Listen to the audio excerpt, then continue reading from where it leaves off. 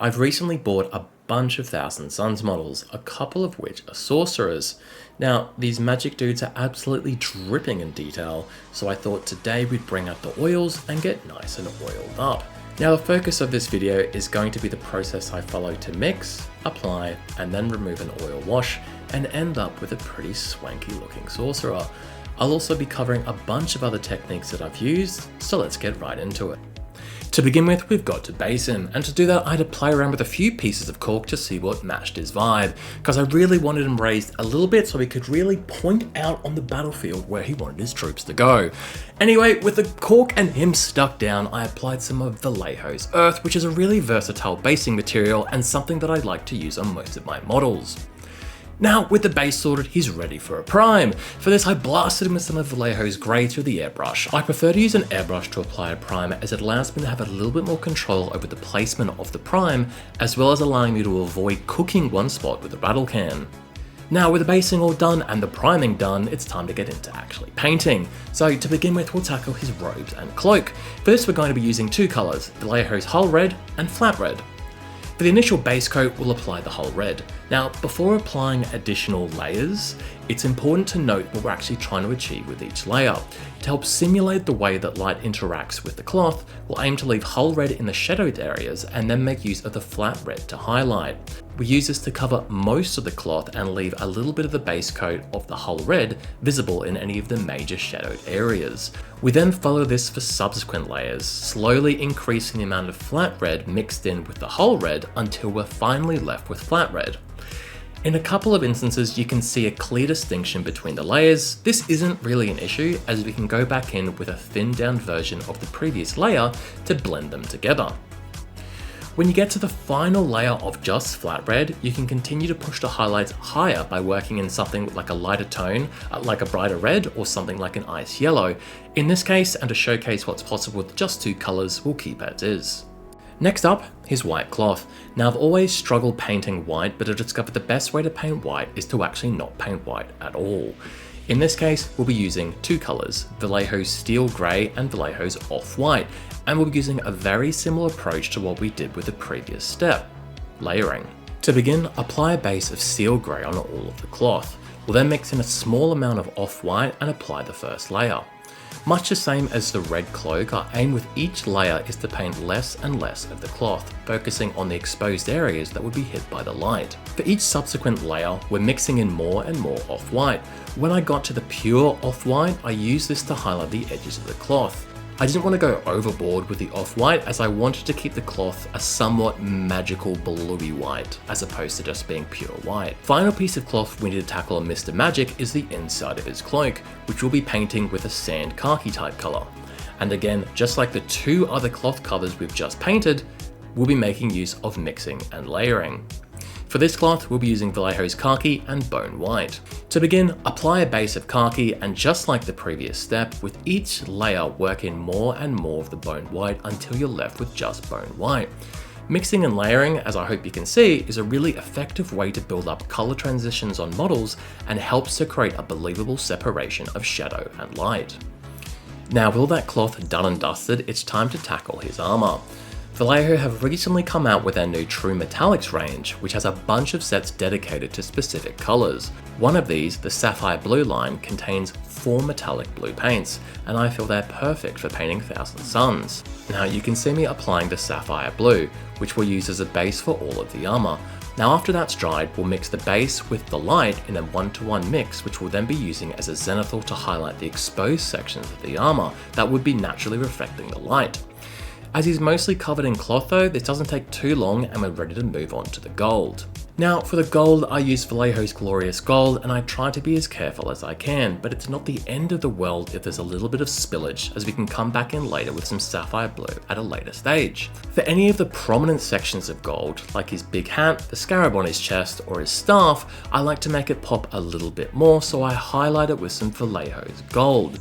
Now, whilst we're on metallics, we also use dark gunmetal on any of the metallic sections like his eyes, mouthpiece, exposed tubing, and the joints of his armour. Now, as our sorcerer has clearly been feeling the physical effects of Tzeentch, he's got a couple of extra arms. For those, we're going to hit them with a base coat of Stonewall Grey and then layer them up by mixing in Steel Grey to add some definition to the muscles. For any of the gems and the exposed eyes, hit them with a coat of Hull Red. We'd normally chuck on some highlights at this point, but as we're about to hit the model with an oil wash, we'll highlight these after.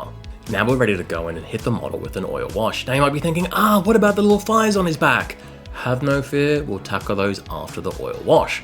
Now, for the oil wash, you're going to need the following: oil paints, white spirits, a metal mixing cup, an old synthetic brush you don't care about, a pipette for the white spirits, some makeup applicators, and most importantly, a positive can-do attitude with an appetite to learn. For the oil wash, I like to use a 1-to-3 mix of ABT's Ivory Black with Burnt Umber, mixed with AK Interactive's White Spirits. I generally like to get the mix to a contrast paint-like consistency, and make sure you mix the pigment in real good unless you want big clumps of oil paint on your models. With the mix all sorted, I use an older synthetic brush to go to town on the model, slopping it on all over the place.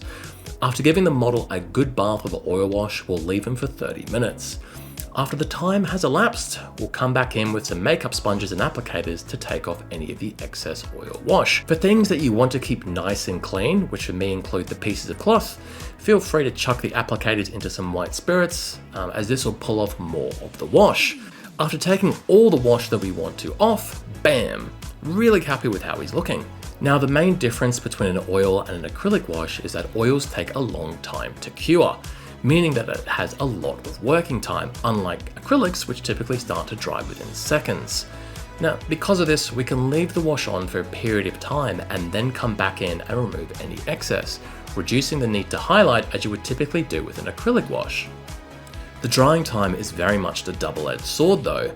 After applying an oil wash and removing it, I generally like to leave the model alone for at least 12 to 24 hours before coming back in with some more paints. Okay, so it's been about 18 hours since I've applied and taken the wash off, so we should be good to go back in and start applying some touch-ups. Now, there's a few things we're going to do in preparation for jumping back on the airbrush. So firstly, we're going to go back in and hit some of the gold with some of Vallejo's gold to help draw attention to some of the areas that we want to draw some interest to. Now, for any of the gems and exposed eyes that we previously hit with Hull Red, we're now going to go back in and hit them with Flat Red. Now, the last thing we're going to want to do before jumping on the airbrush is use some white ink to fill in his eyes, leaving the recesses to add a little bit of contrast, as well as applying the white ink to the little fires on his backpack, as well as the fire underneath the gun. And with that prep work done, it's now time to blast some air. To begin, we'll airbrush some red ink onto the gems and exposed eyes we previously hit with the Flat Red. After having done that, we'll then go back in and hit the gems with a layer of Vallejo Scarlet with the brush, before hitting the corner of each of these gems with a tiny little bit of off-white. Now, for his eyes and the fire. For his eyes, we're going to give them a quick blast of Vallejo's fluorescent green. As this paint is fairly translucent, the white ink will show through to the paint as the area of focus, but the area around the eyes will also have some overspray on it, which comes across as glow. Now, before actually tackling the fire, it's important to understand what we're actually trying to achieve with the paint, as I've messed a few up in my time. Normally, when painting lights and shadows, the highest, most exposed sections is the brightest, as we typically use the sun as the source of lighting.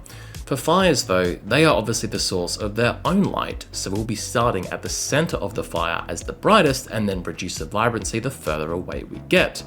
To do this, we apply the fluoro green through the airbrush, covering the previous layer of white ink.